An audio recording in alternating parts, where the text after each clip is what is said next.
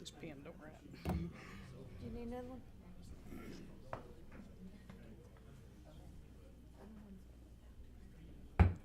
May I have your attention, please? I'd like to call the regular scheduled meeting of the Kingston City Council to order. I'd like to ask everyone to please stand. Mr. Brown, lead us in the invocation. Ms. Wright, lead us in pledge to the flag. Pray with me, please. Our Father, we thank you again for the opportunity to meet here as a body to do the business of the city of Kingston. We ask that you help us, each one of us, make decisions that are good for our constituents and that it would be pleasing in your sight. We ask that you keep us ever mindful of the needs of others and to wrap your healing arms around those who are sick and afflicted. And most of all, we thank you for your Son who died on the cross for our sins, and we'll give you praise every day. In Jesus' name, amen. I Pledge allegiance to the flag of the United States of America and to the republic for which it stands, one nation, under God, indivisible, with liberty and justice for all. Thank you. You may be seated. Madam Clerk, will you please call the roll?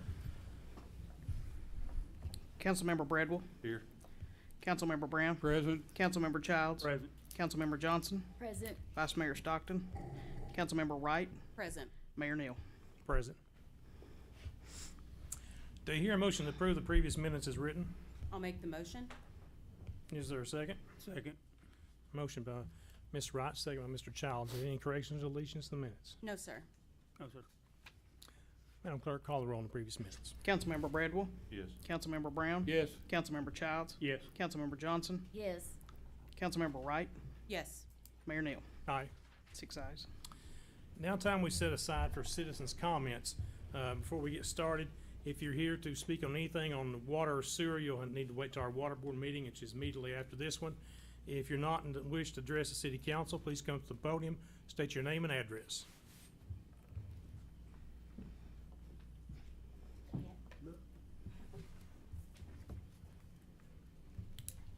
Hi, I have a sore throat, so I apologize, but I'm Shelley Hall. I teach dancing at the Parks and Rec. And I did post looking for another space. I'm out of breath because I just ran from dance class to get here, but I have another dance class in 15 minutes, so I'm gonna try to hurry up and get there because I don't like missing. But I put on Facebook that I was looking for another place and that they had increased my fees 400%. And it caused an uproar, and I apologize, I didn't mean to do that. But a lot was said, and I think that y'all need to take time to understand that when I came 2 years ago, I came here and I told them, I've started dance programs at other Parks and Recs, 2 in North Carolina. I taught many years at Blount County's Parks and Rec and Knox County. And I just wanted to teach here. I've had a dance business. I've taught for 40 years. I've had one for 20 years in Louisiana. In Knoxville, I taught for 15 years before we moved to North Carolina. And I don't want to do it anymore. I don't want to deal with competition. I don't want to deal with mama drama. I teach 6 weeks. Everybody's very happy with everything they get. And I get so much told, thank you so much for bringing this to our community. And it was looked past. I felt disrespected, and that, hey, pay 404% more. Your facility is not worth $900 for me to use it 5.5 hours a week. It's not. I have no mirrors. I have no wood floors. You don't collect tuition or fees. I do all that. So that's a problem. And I told them, if you run this with commission from the start, and that's fair, everybody has the same amount, it's ran through the park system, you collect the money, they sign up online, we do the classes, we have the passion, we're gonna put our whole hearts into what we're doing. The city cannot, I was told, we're gonna have free classes for the community. That's not gonna happen. It's not gonna happen because it's not feasible. You're not gonna find the instructors, and you're gonna be babysitting. But this is off of the Parks and Rec site, and it shows fees that are charged. The $40 registration fee that covers it for softball covers player shirt, referee cost, and insurance, cost of insurance, and any other cost associated with this league. $60 that I charge for dance class covers the cost of costume rental for their last week's show that they do for their parents and friends, cost of insurance, instructor cost, and any other cost associated with this season. Sounds a lot the same. I tried to base it the same, tried to keep it as an affordable thing for the community. Can't complain that the community center does not make money if you're not willing to add these programs. It's needed in this community. I didn't go to Farragut, I could have. They have dance schools. They have activities for their kids. I didn't go to Athens, same thing. I chose here because I live here and I wanted to make a difference. The community center has cards that they play for senior citizen, an ABC exercise, table tennis, and TOPS, T-O-P-S. I think that's a senior citizen thing, I don't know. That's the programs that are left at your community center on a weekly basis for 1 hour. Some of it, maybe table tennis, maybe 2. You have 6 meetings scheduled as of now at that community center 1 time monthly. Kingston Beautification Committee, Outdoor Kingston, Parks and Rec Board, Senior Bingo, Republican Women, and Rome Retired Teachers. That's it. You have 7 available rooms that could be just busting at the seams with activities for your community. Senior citizens, adults, children. I know that y'all have so much other things that are important. Y'all cover fire departments and emergencies and police and things that are very important. But these are very, important to your community too. I understand for-profit and nonprofit. I do, but I wasn't given that choice. I tried, and I just wanted to provide this for the community. I can answer questions. I was told that they wanted to go up to the fees of area around. Kay, the bounce teacher, she contacted them. A lot of them I already knew because I had contacted them. Rockwood, free, holds 25 people. Harriman, $15 an hour, 25 for 2 hours, includes kitchenette, holds 25 people. All these allowed to charge for class. Oak Ridge Community Center, $17 an hour, holds 30 people. Athens, $20, holds 56 people.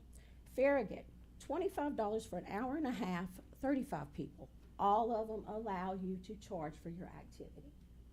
Okay, I didn't mean to cause a stir. I just want you to know that you can't complain about it not making money if it's sitting there empty. And I don't understand why y'all spent all this time, effort, and money, and it's going to sit there. Well, Ms. Hall, thank you, and I should have told you with this many people, I'm only going to limit it to 3 minutes, but That's fine. thank you for your Okay. discussion. Anyone else?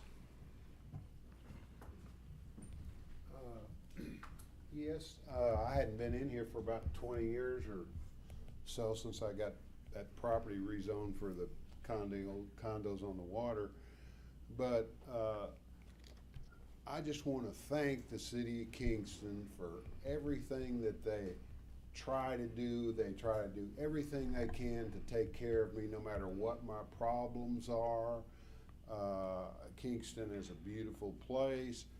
I think what you guys have done with that sidewalk right here in the main part of town, that's been a tremendous amount of work, and I think it really, really looks good.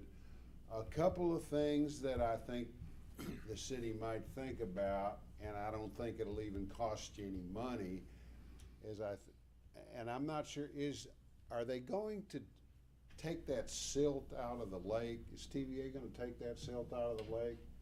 Because I think they're liable for it, and I think they should take it out. Are you talking about the silt or the grass that grows in the silt?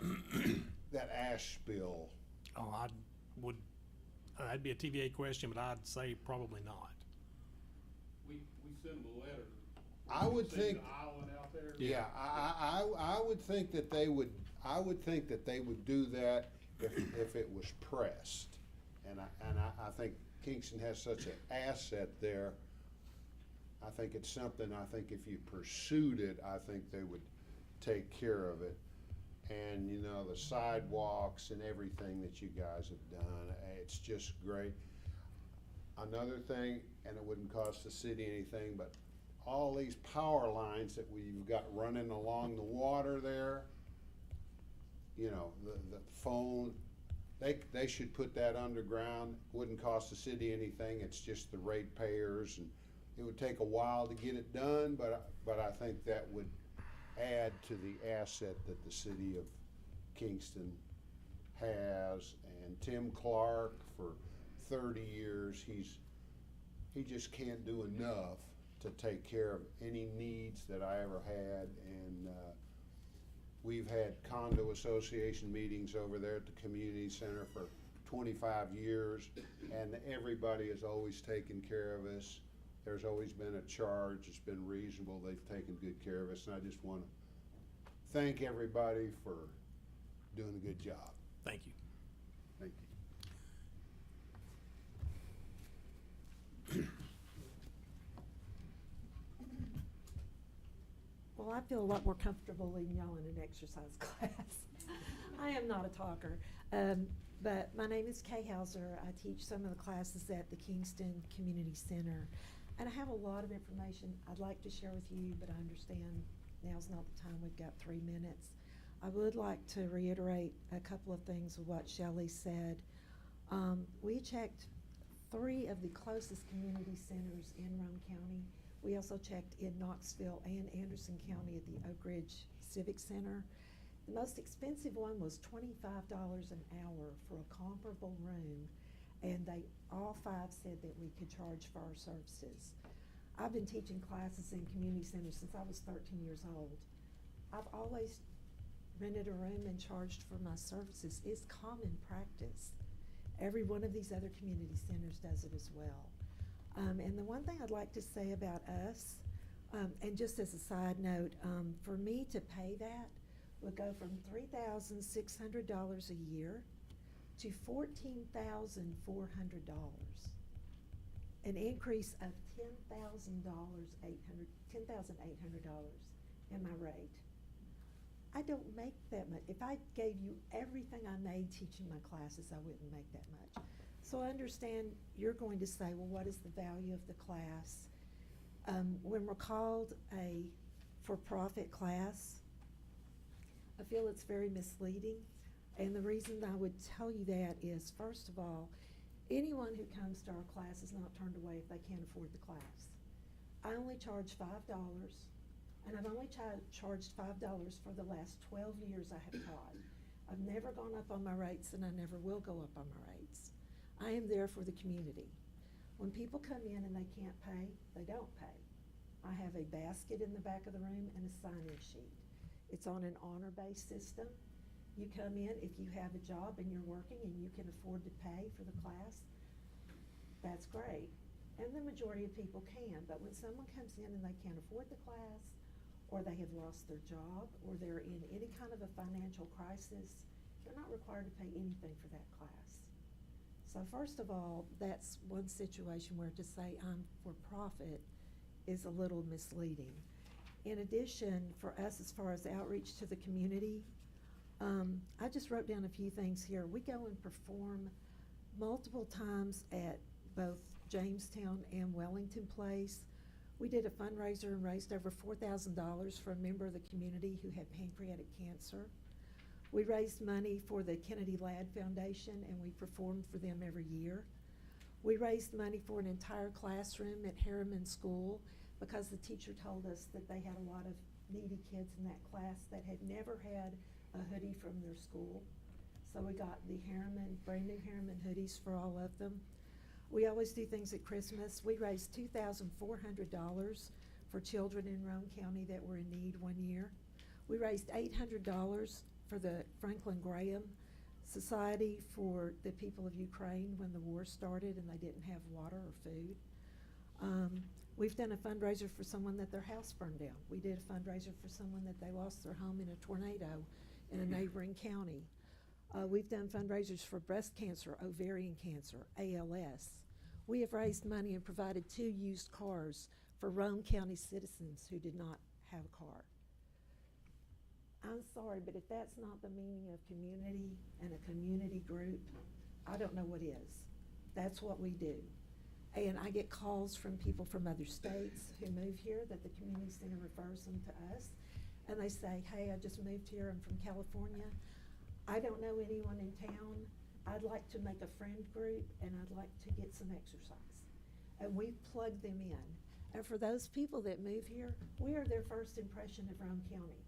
And we do it right down here at the Kingston Community Center every week.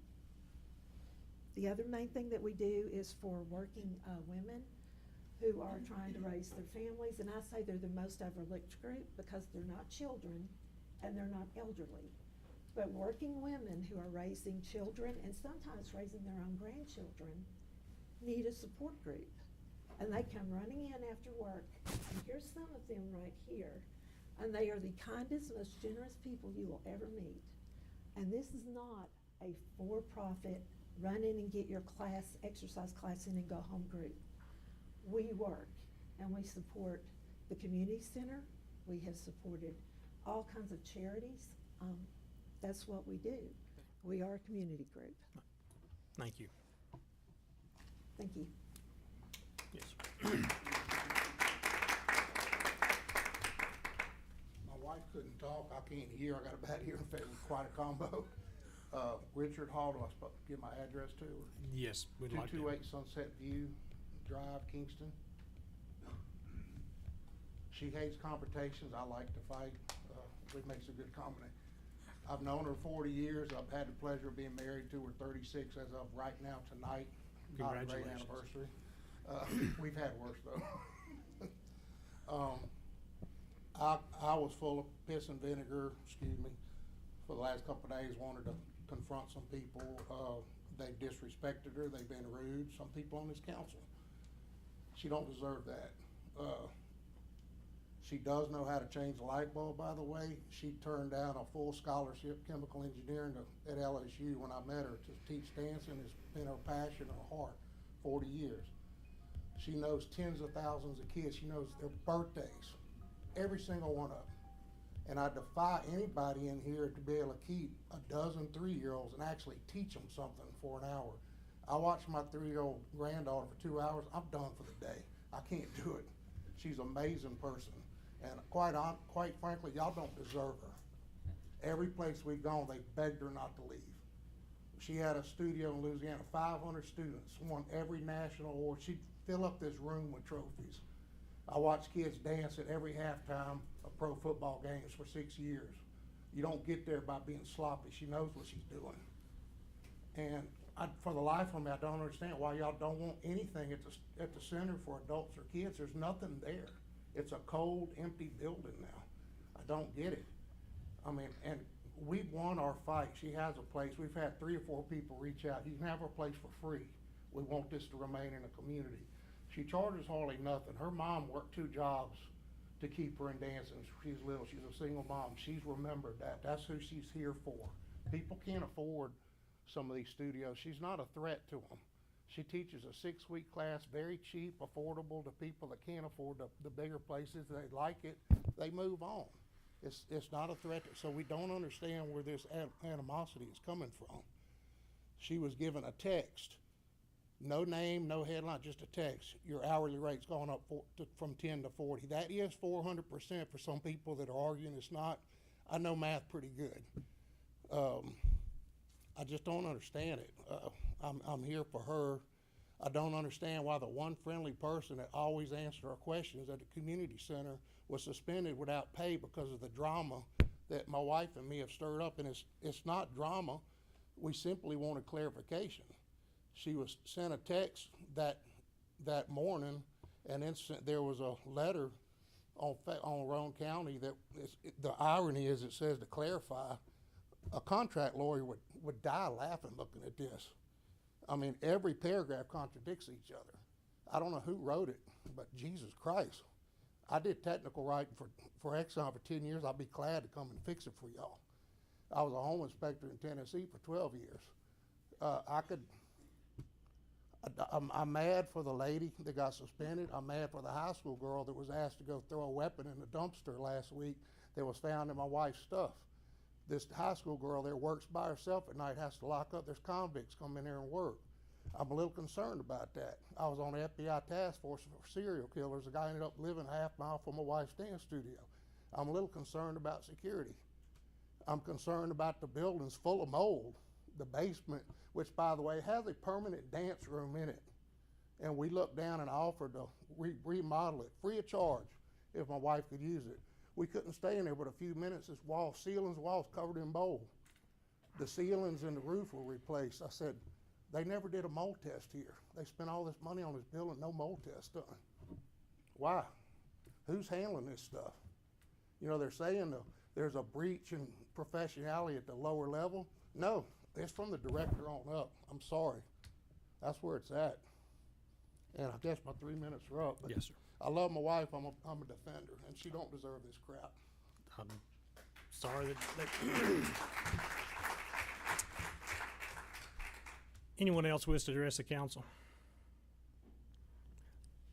Come right up, Mr. Barnett. All right, I'm Kelly Barnett, live on Paint Rock Ferry Road, Kingston, lived here my whole life. Some of y'all know, most of y'all know me. Went down to Lad Landing yesterday afternoon with my son. Very displeased with TWRA's work. They say they're done. They've been here twice to fix it. They haven't fixed it yet. It's still, this rock pile's still there. If they pushed 20 foot in the water 3 weeks ago like they said they did, I'd like to know where it's at. They're wasting our time as a community. We don't have a wintertime ramp that's very accessible. Anything, I mean, y'all saw how big the tournament was this fall out of the park. Ran perfect. These guys are wanting to run tournaments here in March, early April. Yeah. Can't do it. Mr. Bunley, wasn't TWRA coming back last week or? They've, to our knowledge, they've come back. They're going to come back. I think in their eyes it's done. Certainly in ours it isn't. You know, we're just as frustrated as the people using it are. You know, my idea, and I've talked to a couple of you about this, is I think we need to set up a meeting with TWRA and get users there, get our elected delegation there, and see if we can't hold them to coming back and doing this the right way, because it's there have been several problems with the project, as you all know, going back to when we first made this arrangement with them until now. So certainly not happy with it, but I don't think they're going to come back unless we press the issue. So The rock pile runs 3/4 of the way across the ramp. Hayden and I were there yesterday. My trolling motor actually hit it yesterday, hit the rock pile. If you load a boat, your angle's like this.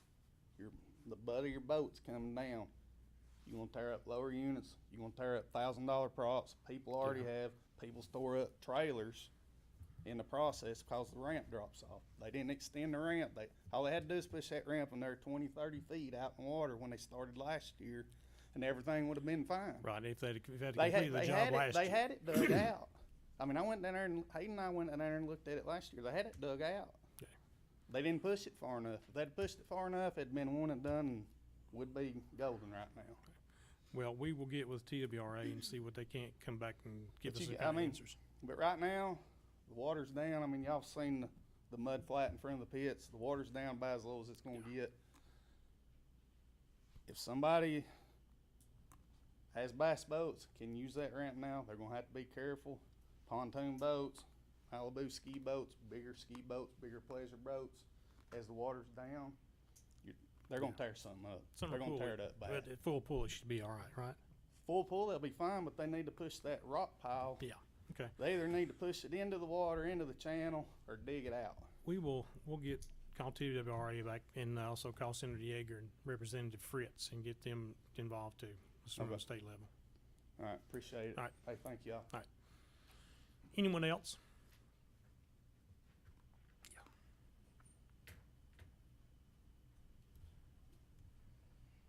Hi, my name's Deb Feathers. I just moved here maybe a couple years ago.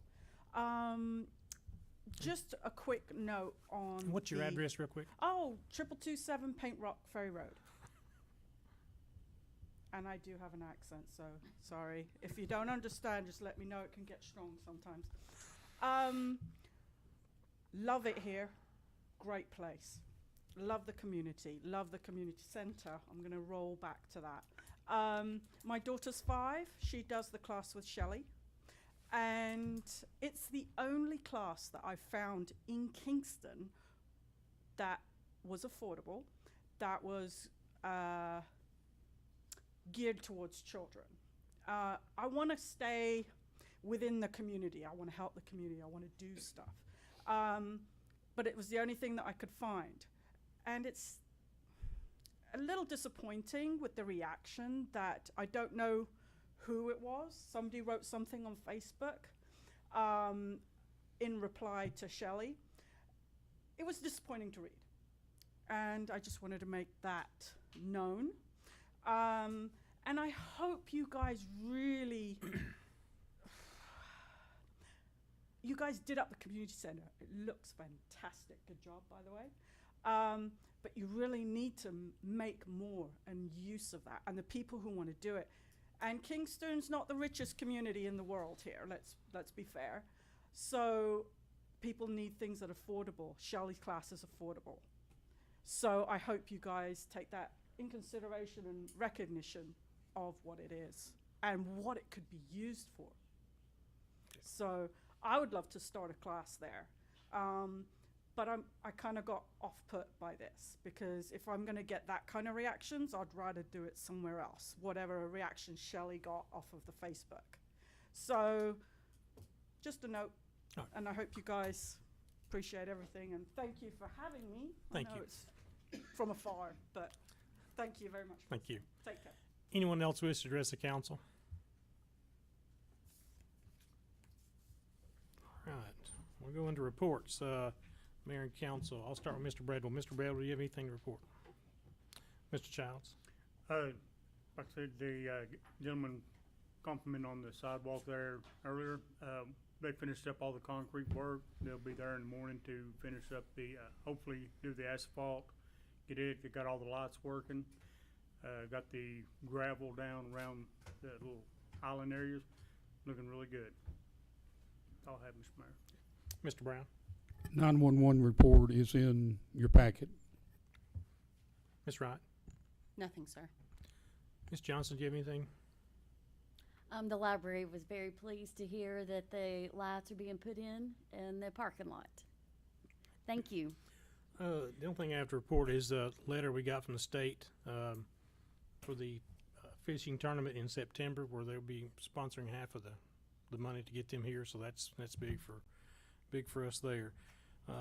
City Manager, your report. Thank you, Mayor. A couple things here. For one, you all probably know that we've had an ongoing problem with vandalism at City Park, particularly in the restrooms. This has been going on for a while. I can't tell you how much that we've had to spend replacing toilets and sinks and dispensers.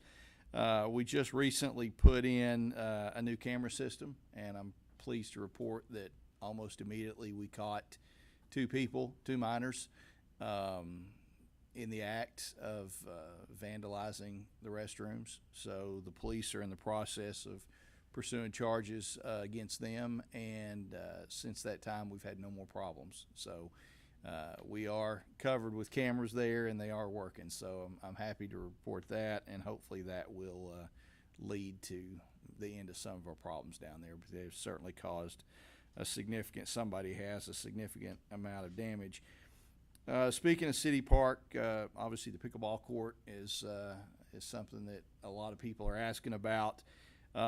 We have talked, JR and I talked, and he's in the process of meeting with other vendors. We did not get a response that we wanted from the vendor who quoted it last year. So we are in the process of looking for an alternative there. We're not willing to wait for the rest of the year to get that done. So I'll let you know as we have more progress on that. The ARC grant for Ladd Park, the environmental review identified no significant impacts as a result that will result from that project. The environmental review period will officially end on Thursday, and then we should get hopefully the notice to proceed to the design phase on that in the next 30 days or so. So hopefully that will start moving now that we've gotten through that. On the build grant, as I told you before, we received one response each from our RFQs for planning and administrative services. We've sent those to FHWA to review them for compliance and can't move forward until we hear back from them.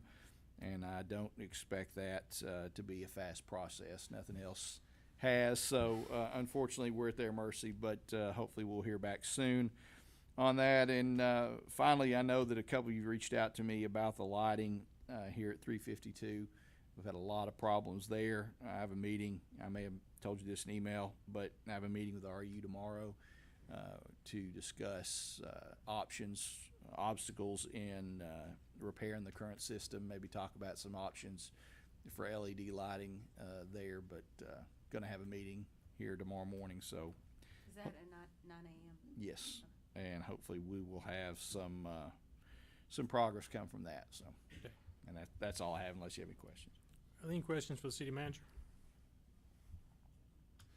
All right, seeing none, item 7, addition of items to the meeting agenda received after the close of the agenda deadline. I didn't receive any. Item 8, unfinished business. Item A, approval of second and final reading of ordinance 2301-1001, an ordinance to change the name of East Lovelace Street to Jack McPherson Way. Do you hear a motion for this second reading? I'll motion. I'll second. Motion by Ms. Johnson, second by Ms. Wright. Anything, Ms. Johnson? No. Ms. Wright? No. Council? Madam Clerk, call the roll on the second reading. Councilmember Bradwell, Yes. Councilmember Brown, Yes. Councilmember Childs, Yes. Councilmember Johnson, Yes. Councilmember Wright, Yes. Mayor Neal. Aye. 6 ayes.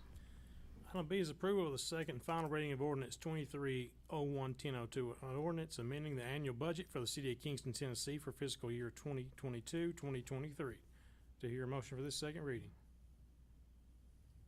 I'll make the motion. I second. Motion by Mr. Childs, second by Mr. Bradwell. Mr. Childs? Yes, sir. Mr. Bradwell? No, sir. Council?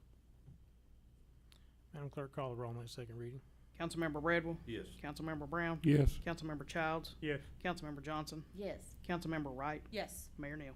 Aye. 6 ayes.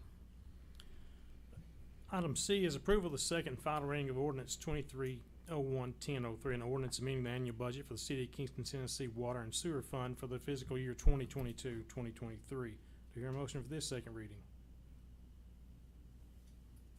A motion.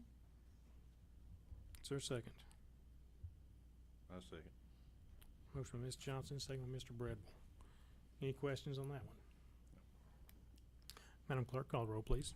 Councilmember Bradwell, Yes. Councilmember Brown, Yes. Councilmember Childs, Yes. Councilmember Johnson, Yes. Councilmember Wright, Yes. Mayor Neal. Aye. 6 ayes. Item A on new business is acceptance of the annual comprehensive physical report for the year ending June 30th, 2022. And on last Tuesday, the auditor came and spoke to us about the audit, and this is where we have to approve it. Is there a motion to approve this audit? I'll make the motion. Is there a second? Second. Motion by Mr. Childs, second by Ms. Johnson. Mr. Childs. I'll make good. Ms. Johnson. Council. Madam Clerk, call the roll on the audit. Councilmember Bradwell, Yes. Councilmember Brown, Councilmember Childs, Yes. Councilmember Johnson, Yes. Councilmember Wright, Yes. Mayor Neal. Aye. 6 ayes. Item B is approval to appropriate an amount not to exceed $90,000 for roofing and other repairs to the Fire Station 1. I'll make the motion. Motion by Mr. Childs, is there a second? I'll second. Second by Ms. Wright. Mr. Childs? Something needed for a long time. Ms. Wright? I agree. Council? Madam Clerk, call the roll, please. Councilmember Bradwell, Yes. Councilmember Brown, Yes. Councilmember Childs, Yes. Councilmember Johnson, Yes. Councilmember Wright, Yes. Mayor Neal. Aye. 6 ayes. Item C is approval of a request from Jason Taylor to close Cumberland Street from Johnson Street to Patton Ferry Road on April 22nd for a car show. Is there a motion to close this street on April 22nd? I'll make the motion. I'll second. Motion by Ms. Wright, second by Mr. Bradwell. Ms. Wright? Nothing, sir. Mr. Bradwell. Council? Madam Clerk, call the roll on closing the street. Councilmember Bradwell? Yes. Councilmember Brown? Yes. Councilmember Childs? Yes. Councilmember Johnson? Yes. Councilmember Wright? Yes. Mayor Neal? Aye. 6 ayes. Item D is approval to reappoint Councilmember Tony Brown to a 6-year term on the Solid Waste Advisory Board. I'll make the motion. Second. Yeah.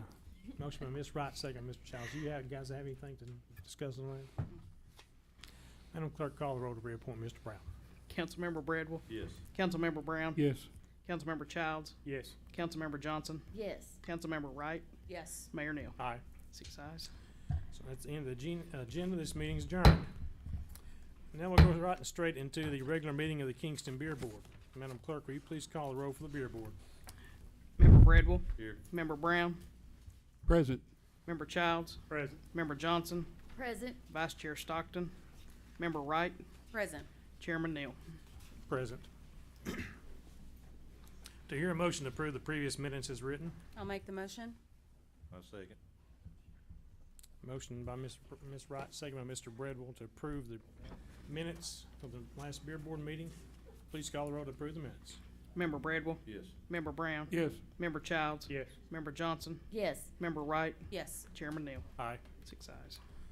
Nothing else to come before the Beer Board, and not this meeting is adjourned. Now we'll call the regular scheduled meeting of the Kingston Water Board. Madam Clerk, will you please call the roll for the Water Board? Member Bradwell? Here. Member Brown? Present. Member Childs? Present. Member Johnson? Present. Vice Chair Stockton? Member Wright? Present. Chairman Neal? Present. Do I hear a motion to approve the previous minutes? I'll make the motion. Is there- Second by Mr. Childs. See any corrections or deletions to the minutes? No, sir. Mr. Childs? Madam Clerk, call the roll on the minutes, please. Member Bradwell? Yes. Member Brown? Yes. Member Childs? Yes. Member Johnson? Yes. Member Wright? Yes. Chairman Neal? Aye. 6 ayes. Now's the time we set aside for citizens to comment to the Water Board. I said earlier, come up to the podium and state your name and address, and you, yes, sir.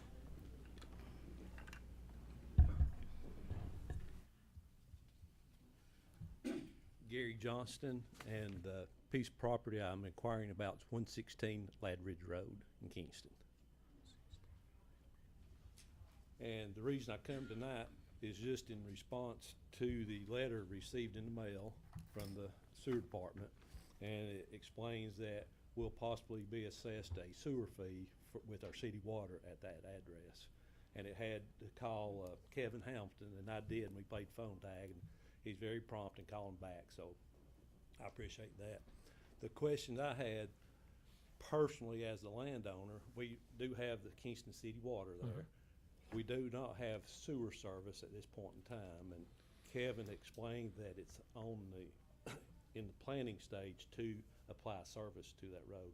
My question as a landowner, since we don't have the service, will we be required to pay that? And Kevin said that the state of Tennessee, we're all on sewer systems out in the county right now. He said the state of Tennessee will not be issuing sewer repair permits or new permits if you live within 500 miles of the property of the city sewer. And he explained that's a forced sewer system, that we will have to have a grinder pump to get to that. So my question as landowner, is that a state law or is it something the city of Kingston? I haven't researched that, I don't know. I can't remember when, but I do know that the city of Kingston adopted that ordinance of what you're reading there about within 500 feet. Right. Tie on or pay. They adopted that in 1991. Okay. So it became state law before then. There have been numerous calls to MTAS, to comptroller, to all kinds of people, making sure we were doing what was right. Because in 1991, we've put a bunch of sewer lines in the last 30 years. Right. So it just kind of called up to us that, hey, this has been in effect for 30 years and it's not been enforced. So that's when the utility director and Mr. Hamilton came to us and said we need to enforce this. And it's on the books, and the only way we can take it off the books, I don't know if we can take it off. Yeah. Okay, That's a state of Tennessee. Yes. Okay, And the city of Kingston adopted it in, I think, May of '91. okay.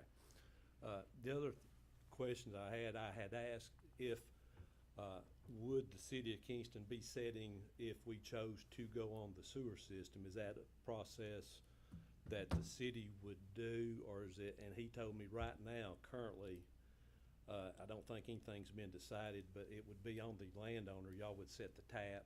I asked what the tap fee was. I don't think those charges, I don't know if they've been discussed or not.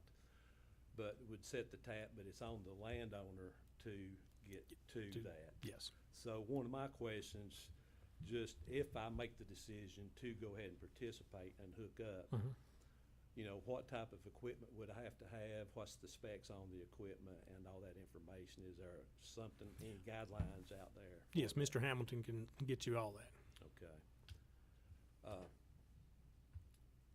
And I guess just as a landowner, we're all pushed for taxes and everything else. And, you know, sort of a shock to get a letter, you know, what's the cost of the system to go in place? Is it 5,000, at 8,000? Right. I don't have a clue, but I don't think it's gonna be cheap to do that. So will the charges be assessed before the opportunity to tap into that?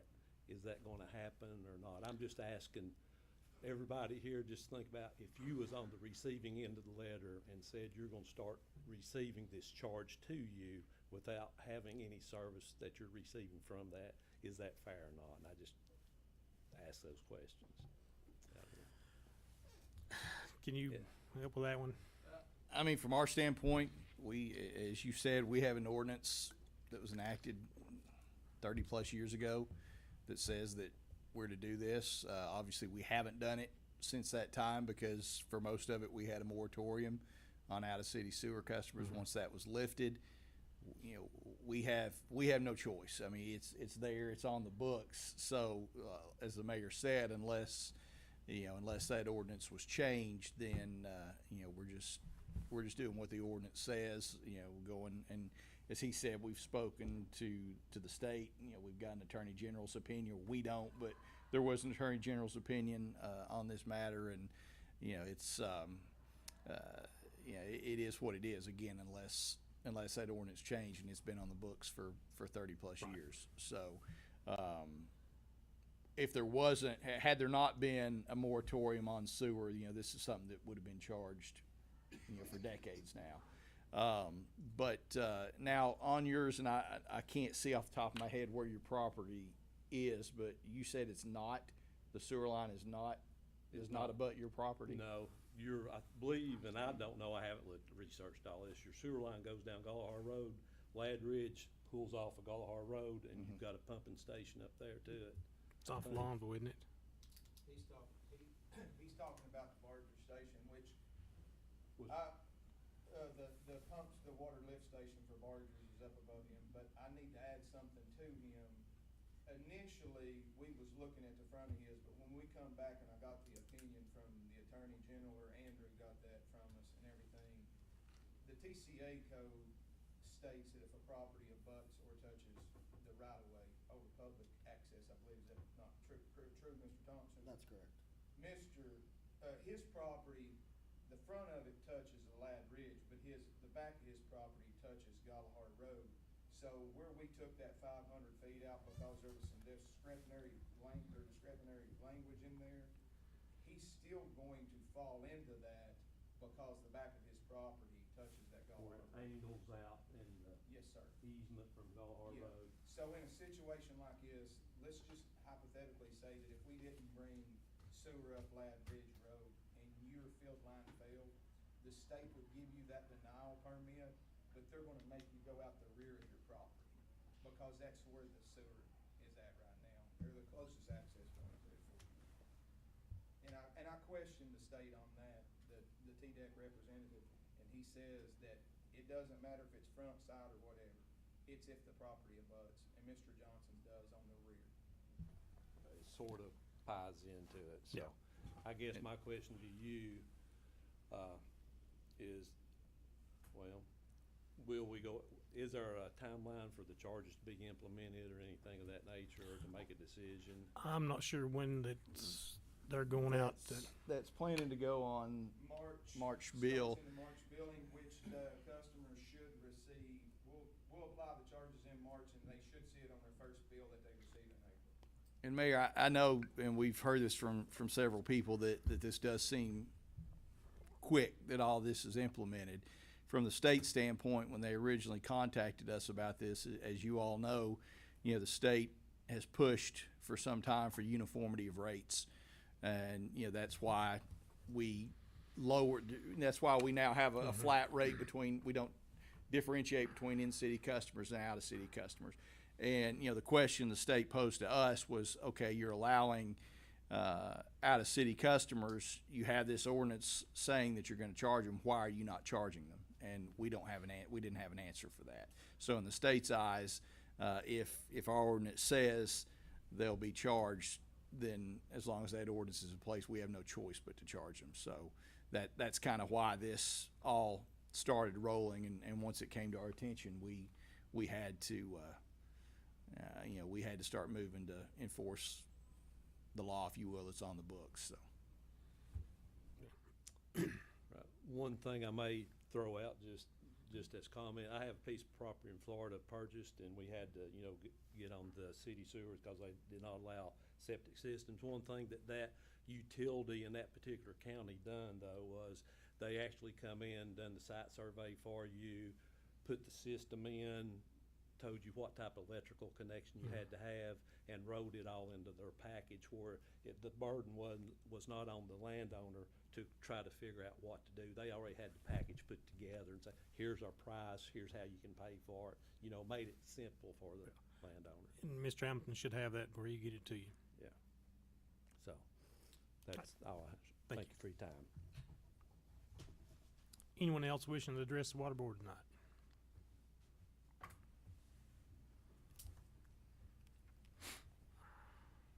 One question before we start.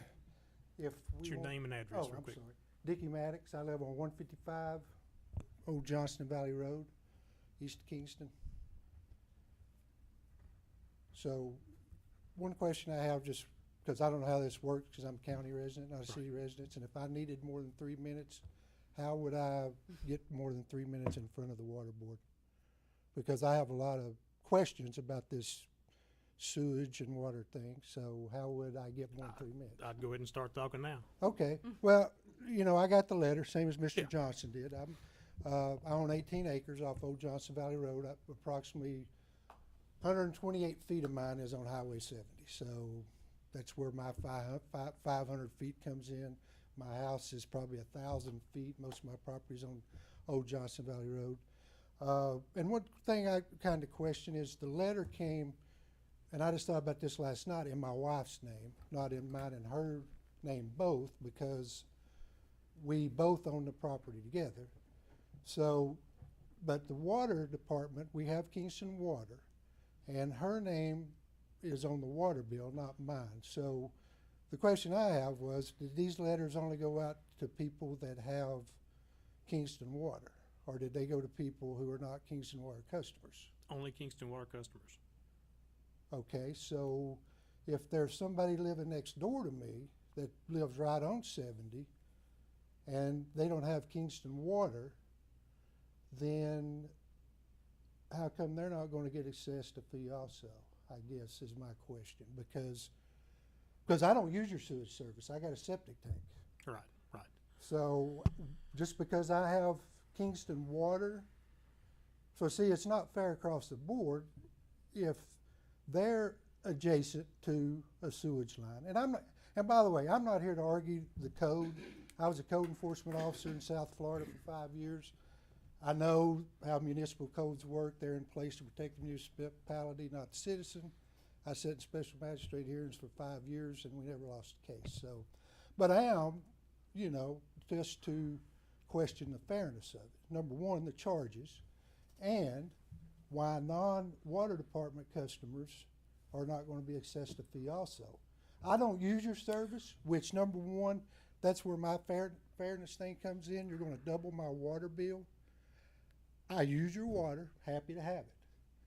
But to double my water bill to charge me sewage based on my water bill when I don't put any sewage in your system, there's no way that you can tell me that's fair, whether there's an ordinance on the book or not that allows you to do that. I mean, that's like me buying a gas for a car and I don't get to drive the car, you know, because I don't put anything in your system. Okay.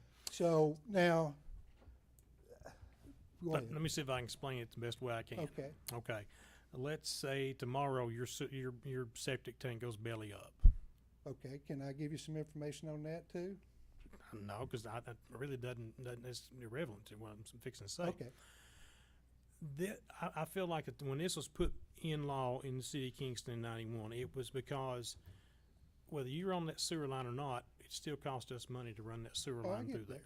So if your septic tank goes belly up tomorrow, and you go try to get a permit, they're going to say, no, you're within so many feet. You're going to hook up this sewer line. I've been told that. Okay.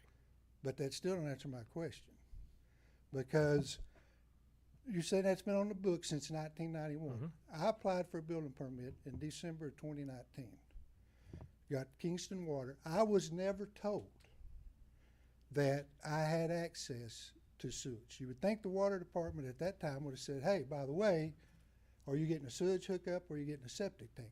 Me personally, if I'd known they were going to run a line down Old Johnson Valley Road to where I could have connected to it, I would have went on the septic. I didn't have a choice. Now, I've been in my house since September of 2020, and you're telling me, well, you had a choice, you didn't exercise it.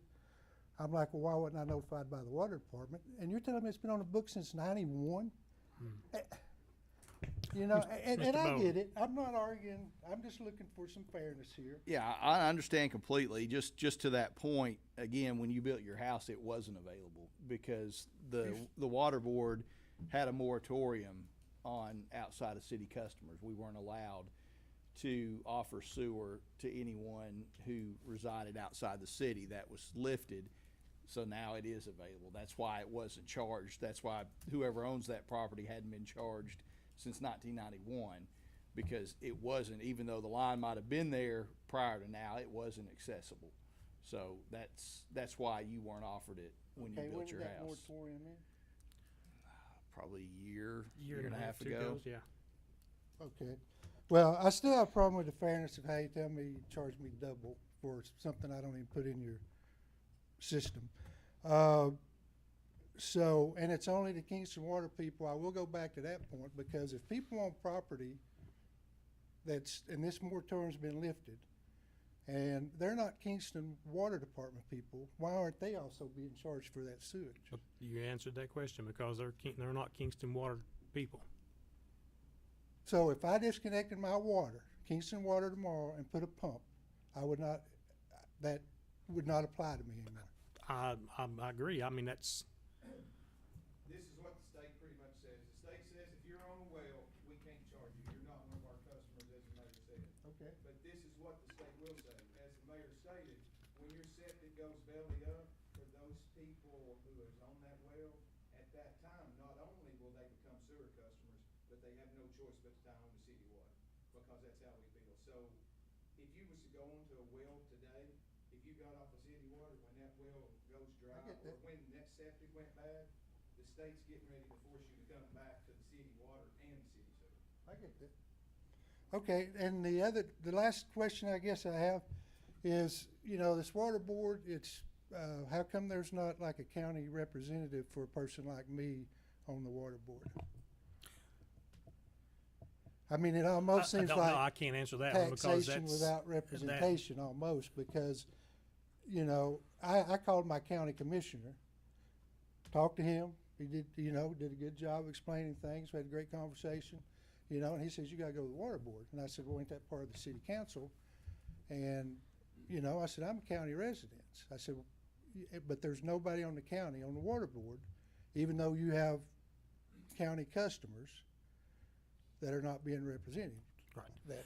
Because when the water board was set up, it was set up that these 7 members on council would serve as a water board. Okay, but whether it was could outside, change, right? and it could, but it'd take a lot to change it.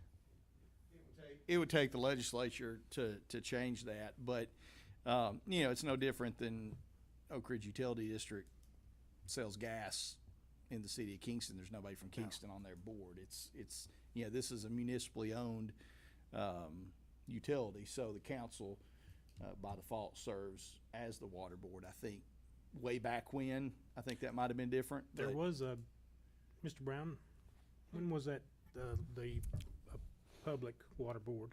72. But just a point of information, there is a county sewer board, Okay. and they do the exact same thing that we do. If they would apply because it's a state, and I want to try to get away from this ordinance. It's a state law. Whether there's an ordinance or not, there's a state law that says that we have to do this. The county extended their sewer in Midtown, and they do the exact same thing. If it runs in front of your property, you have to sign up on it. Back to your question about having representation, the Harriman Utility Board has customers inside the city limits of Kingston, and we don't have a representative of Kingston on that board, nor do we have one on the Oak Ridge Gas Board either.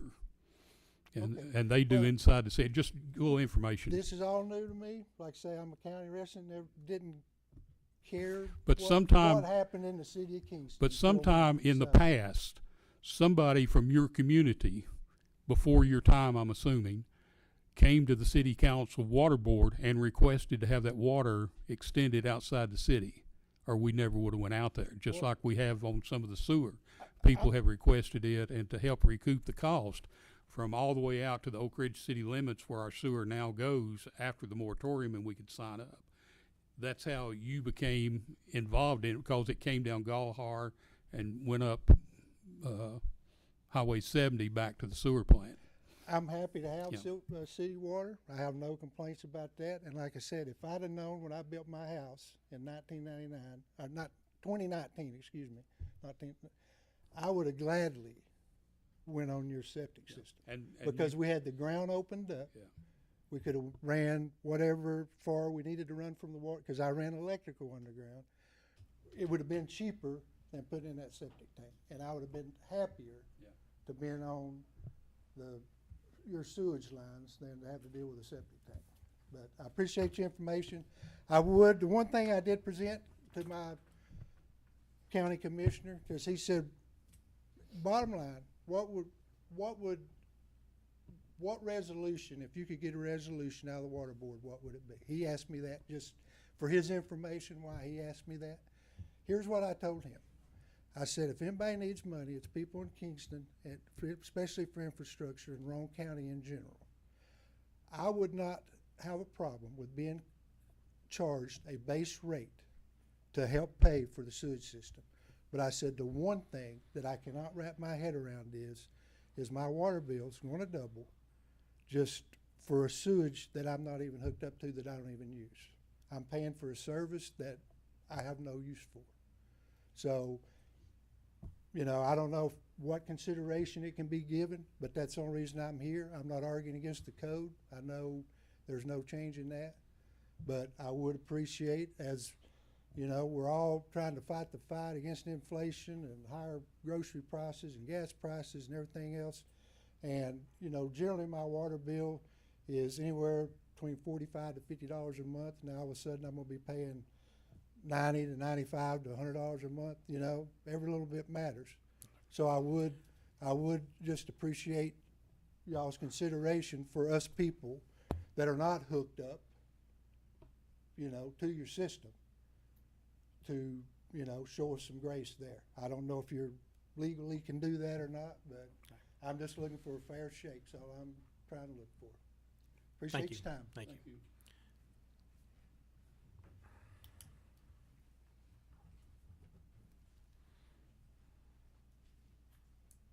Good evening. My name's Melissa Brickell. I live at 168 Galahar Road. I just have a couple of questions, kind of feeding off of the last gentleman that was up here. Kind of based on what he says, we have a septic system, and I do understand the law. I researched it. I understand that it's been in place for a long time, and it's just not been something that we've been forced to hook to. What I can't understand is logically, how they chose to charge. Double your water bill, okay? I'm not putting anything into that line currently. I will not be hooking up right now, as my septic system is fine. When it goes belly up and I have to hook up, I understand charging double my water bill because what comes in has to go out. It makes sense. So kind of I think what the last gentleman was saying is for people like myself and maybe him who have a septic system currently and are not tapping in, why is there not a flat rate? Why is it just randomly a double? It doesn't seem like there's a logical explanation for that. Mr. Belton, can you? Well, because as of now, that's all we have to charge you. We don't have a flat rate. That's not to say that's something that couldn't be implemented. That would be the decision of this board. But right now, all we have is a sewer rate, and that's how we base our sewer rate on the water bill. Understood. That's how it's calculated. So that's all we have to I understand. And I do understand that this is kind of a very quick thing. I mean, to all of the residents here, that's kind of a big shock in the beginning of the year to get a letter like this. And I understand that you have to implement, you got to act fast, but it just, as a resident, it would be nice if the council could consider maybe just a flat rate for a customer like myself and the many other customers that are like myself that are probably going to tap in at some point. We're going to be forced to, and that's fine. I don't mind being on city sewer, but that's a very large expense, I think upwards of $10,000 to $15,000 to get that tapped in, to get my sewage pumped up to where they're going to bring that line across the road. That is a very large expense, and you have a lot of people within our county, within the city that are on fixed incomes. They have they're retired, they're elderly, they're on Social Security. They don't have the means to pay double their water bill. My water bill is averaged about $90 to $100. $90 to $100. I have a family of 5. That's a large water bill. That is larger than my water bill in California, where I illegally watered my grass. So I'm already paying that. So to double that, fortunately, my husband and I both work. But I could not imagine my mother-in-law having to pay that on Social Security. I couldn't imagine that these people could afford that, especially you get a notice on January, and by March, here's another $100 coming out of your budget. So I would really appreciate if the council could consider possibly just evaluating costs or whatever, whatever your clerk costs are going to cost, to do all this extra work or whatever the fees might be incurred, and maybe do a flat rate for those customers that are going to stay on septic and not tie into that sewer. My next question, also kind of feeding off of what the last gentleman was saying, with the substantial increase in revenue, I would really love to know what the money allocation is going to be.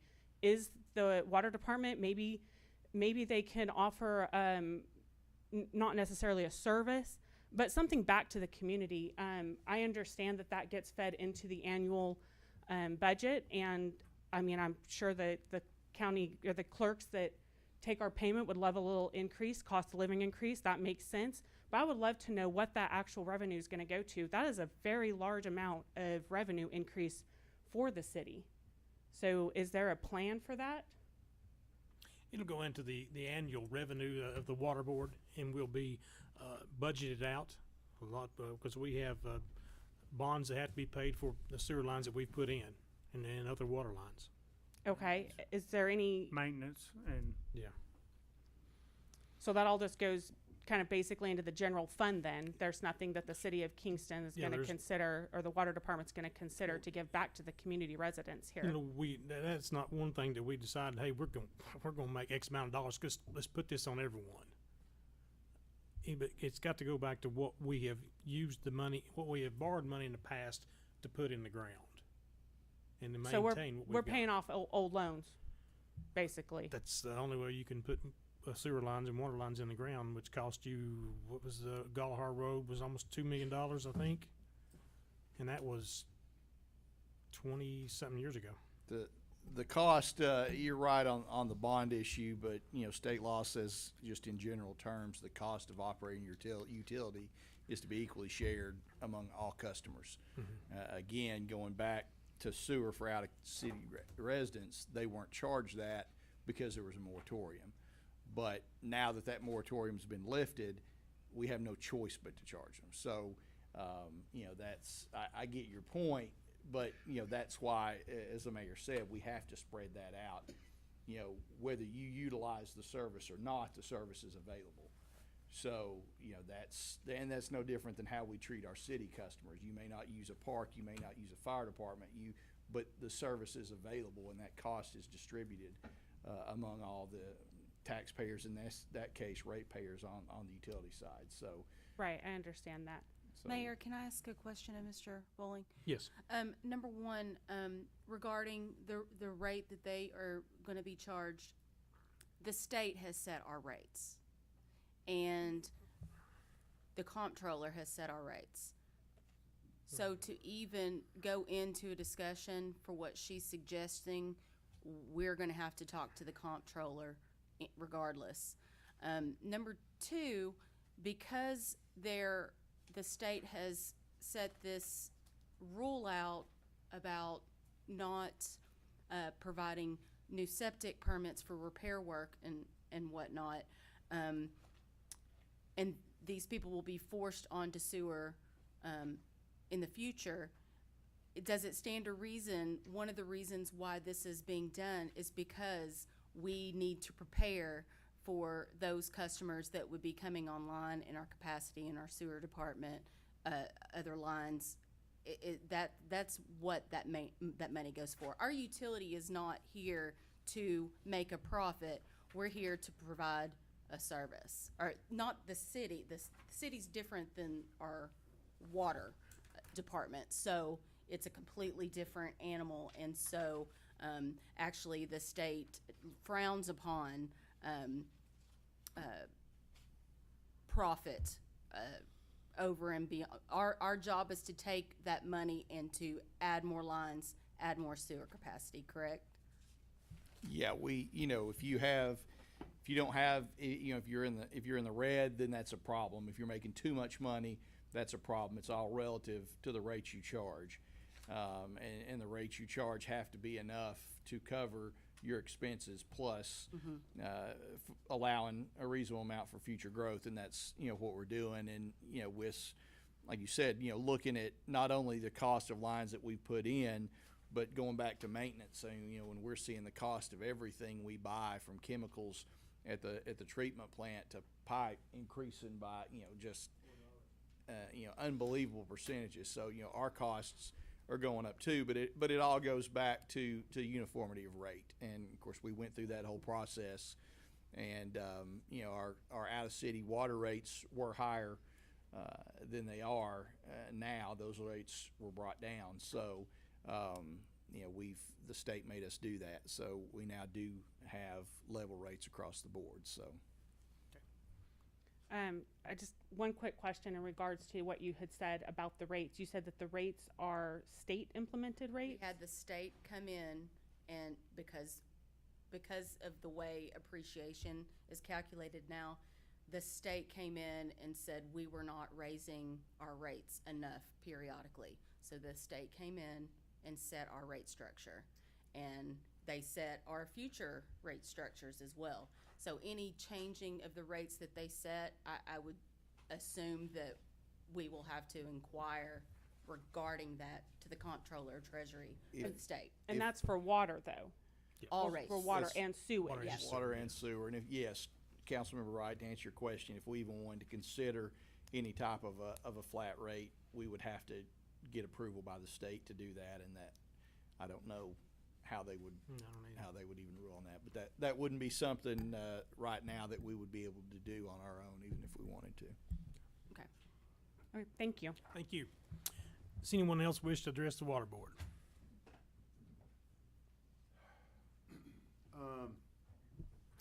Yes, regarding all this cost of city water and sewer and stuff like that, I mean, I had to spend like $500 or $1 million to put in city water and sewer in a development. And I even have to pay tap fees after I put the whole thing in. And I mean, that's just the way it is. Yeah. But, and Kevin has taken good care of me. I mean, whenever I have an issue or I have a question, he always has a good, sensible, realistic answer for me. And I appreciate that, because then I don't, you know, I have a better understanding, because I understand it costs a lot of money to maintain all these water and sewer lines and all that stuff.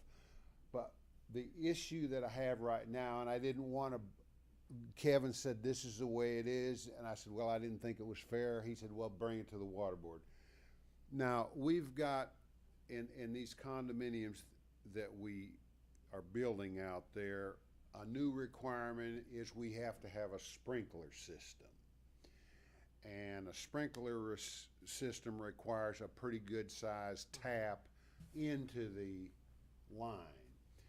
And where they have to tap into that line, we've got electric, water, cable, all kinds of wires and stuff. And, you know, when that stuff is marked, you know, the markings don't last a long time, and it's a complicated thing because we don't have a lot of room to dig and stuff like that.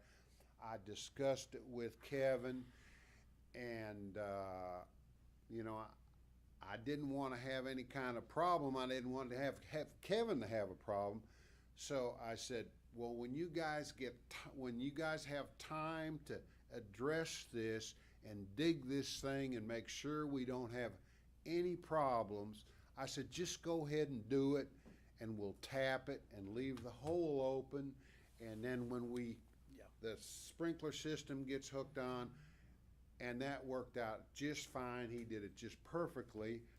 But we're having a little bit of a hold up with our sprinkler system and the state approvals and all that kind of stuff. But I'm getting a bill for, just because they tapped onto the line, we hadn't hooked any pipes to it or anything. I'm getting a bill now every month just because we're tapped on the line. He said, well, that's what we have to do. And I don't mind paying a bill. I mean, even though we're not going to be using any water, but I realize that, you know, we have to pay that. But I didn't think I should have to pay it until we actually hooked onto it and we're going to be using the service.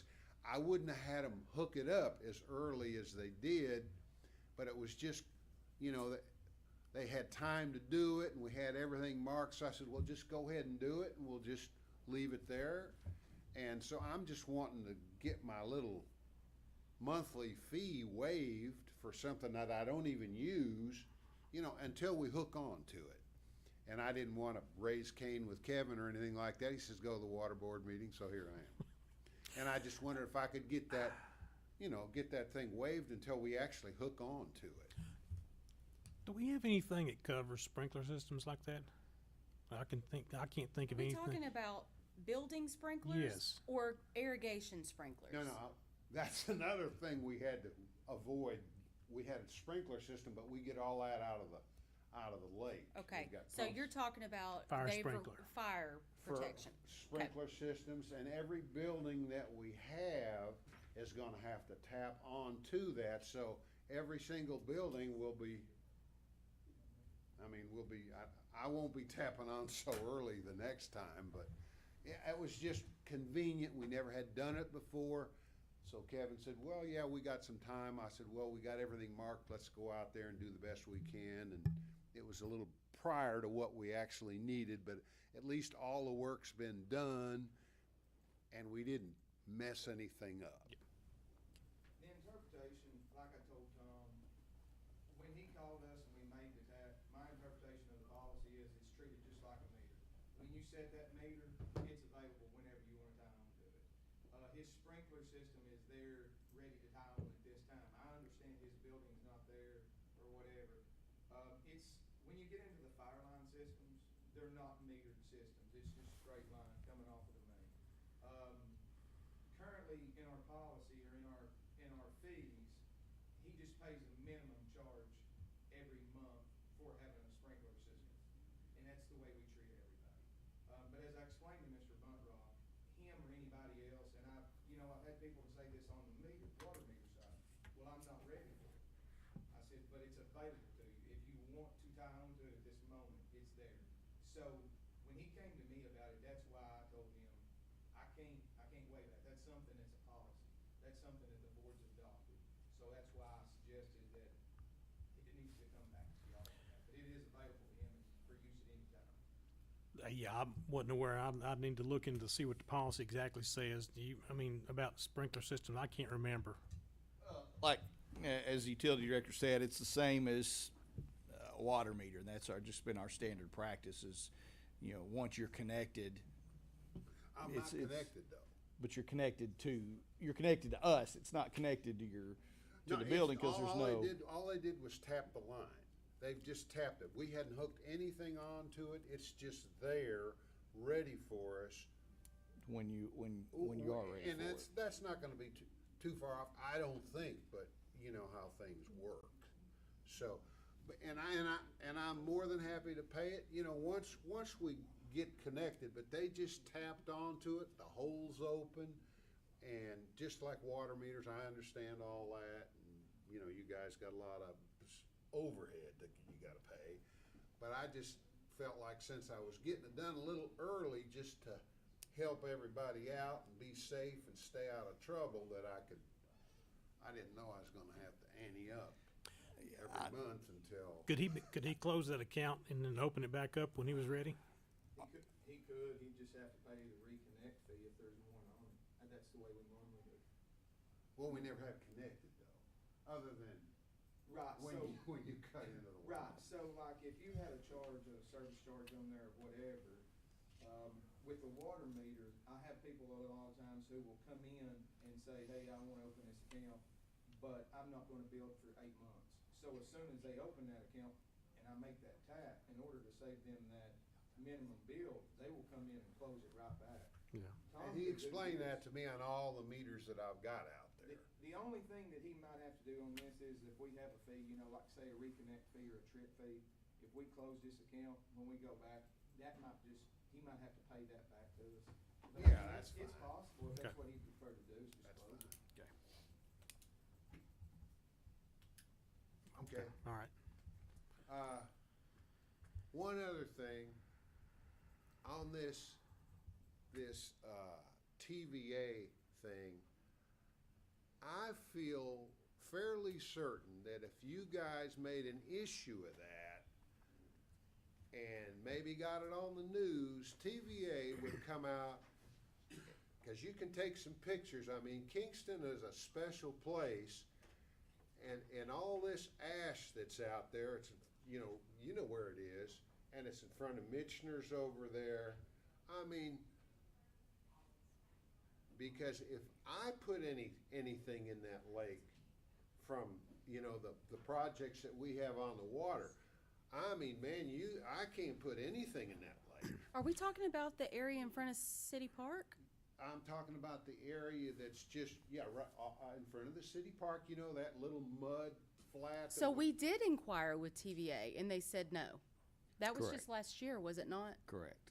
They said no. And it based, Because of the dredging. Yeah, the yeah, dredging. because of not only the material from the ash spill, but other Legacy stuff stuff, that has settled. They wouldn't even consider it. We couldn't. I mean, they shot us down very quickly. Okay, all right. Well, I wasn't aware of that. I knew that we had discussed that sometime last year because Councilman Brown had brought it up and we got the Okay. response from TVA. All right. Problem was, Tom, that what brought it up then was that when they launched their boats for those boat tournaments and Yeah. stuff, fishing tournaments, they come out there and they have to, there's nowhere for them to come back in because that thing, and it's worse now than I've lived here 50 years, and I've never seen it. No, as visible I hadn't either, and as it's. it is just 3 weeks ago.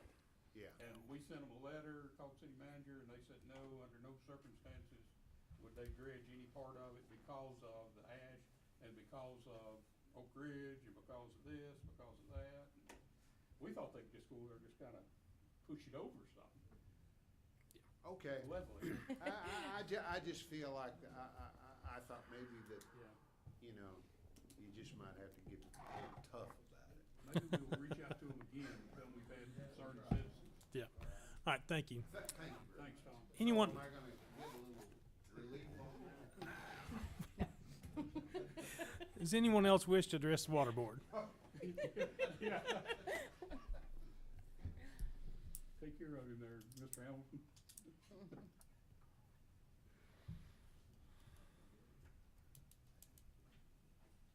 Good evening, Mark Perkel, 168 Galahar Road.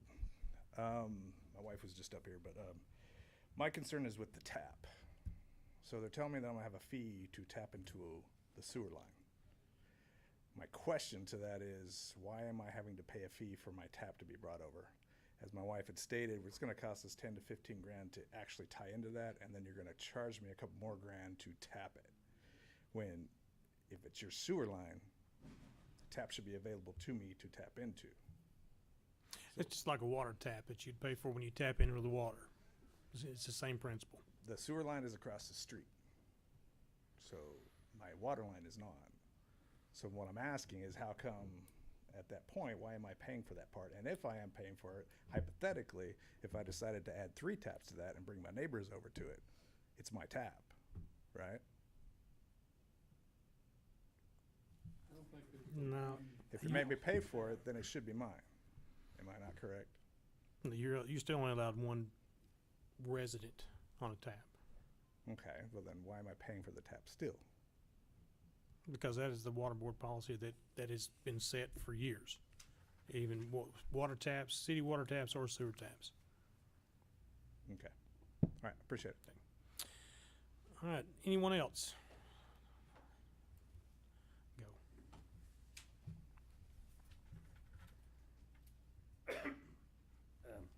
I got here a little late, sorry about that, so I didn't hear the first of the questions and everything.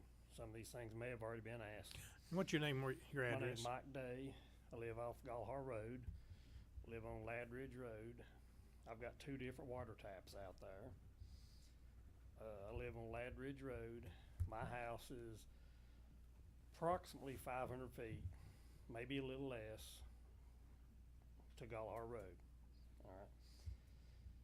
On the tax map, it looks like my property, my house touches Galahar Road. It doesn't. I've got a separate piece of property that's 4.5 acres that touches Galahar Road, so it does touch. Kevin said I got that letter because he felt it looked like my house touched Galahar Road. Well, it doesn't. My house is on 6 acres. 4 acres touches Galahar Road. And then a creek separates, then my house is on the next 6 acres. So I would hate to have to run a city sewer line across a piece of property that I might sell to someone later on. All right. Kevin, can you check that out tomorrow and see if on his place? And he questioned it, so I brought the 2 different deeds showing that my house in 6 acres doesn't touch Galahar Road. I've got 4.5 acres, 6 acres, and 10 acres. My tax purpose, they sent one bill on all of them. I've got the separate deeds here to show they're separate. That's one tap, all right.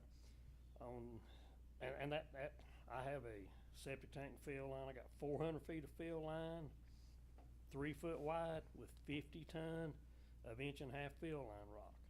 I'm never going to need a sewer repair or anything. I'm quite certain with the fill line I have in it. It was inspected through Roane County. I'm sorry, what was the address? The number address? 117 Lad Ridge Road. I've got the deeds to show that. Well, I mean, on that, Kevin, we'll just have to go out and double check. And I told Mr. Day when I initially talked to him, on TM property here, it does show that piece of property as being one hole from his residence all the way down to Galahar Road. As I stated to him, if he can provide us with documentation showing that that's separated, then that his residence would not touch that Galahar Road, and then at that time we could do that. And all we would need from that is a copy to give our attorney to look at and let him give us a green light on whether to go. All right. All right, on the second one, I used to live across Galahar Road, 393 Galahar Road. All right, that piece of property has 3 lots in front of it that touch Galahar and Johnson Valley Road. That piece of property for my second tap that property doesn't touch Galahar Road. It's behind 3 other pieces of actually 4 pieces of property. Now, the water tap comes off from the little City Lane road that goes up to the water tank. I own that piece of property, but I bought it years later because the people that owned it let me tap on. They let me run across their property to my house where I grew up. So that water meter property does touch Galahar Road, but the water tap is feeding a piece of property that goes across 2 other pieces of property to that house. So my second tap, the house it's feeding, it's actually a trailer, that piece of property doesn't touch Galahar Road. And I'd hate to have the property in front of me tied up with a sewer line across it. Which side of the road in Galahar is that on? Okay, do you know where the water tank is? City Lane, goes up that power line? Yeah, right there where the antique store used to be. Okay, go up that gravel road. Go up the gravel road, you're heading to the water tank. That tank is to keep pressure up. When you get to the top of the first little rise, that's where my water meter is. Now that piece of property going up that gravel road, all of it to the left, it does touch Galahar. And I do own it now. I bought it because That'd be my water line crosses it. But my tap is, as you're going up the hill to the water tank, at that first power pole, and it goes across 2 pieces of property to where it feeds. Mr. Bowling.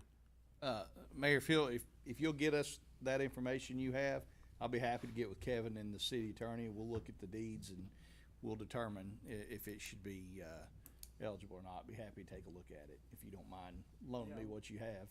Well, I'd rather bring. I don't want to give you my original. Well, we can make you a copy. We can make a copy of it. But me and Kevin, we looked at it and I said, "Now look, I know your phone's ringing off the wall, so I know we probably have to make an appointment later on, but."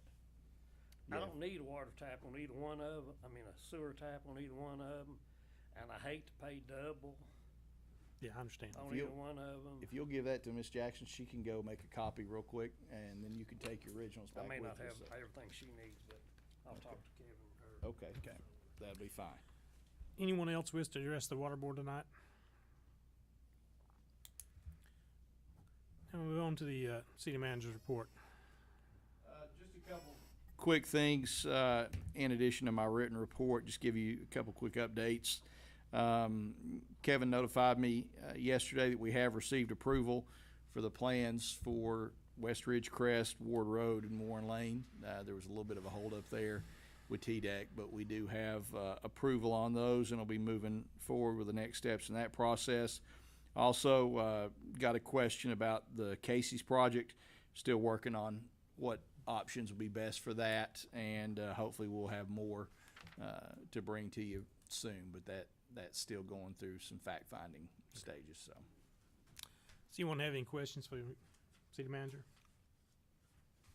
All right, seeing none, there is no new business to come before the water board. Does anyone have anything to bring up in the water board tonight? No, sir. Seeing none, this meeting's adjourned.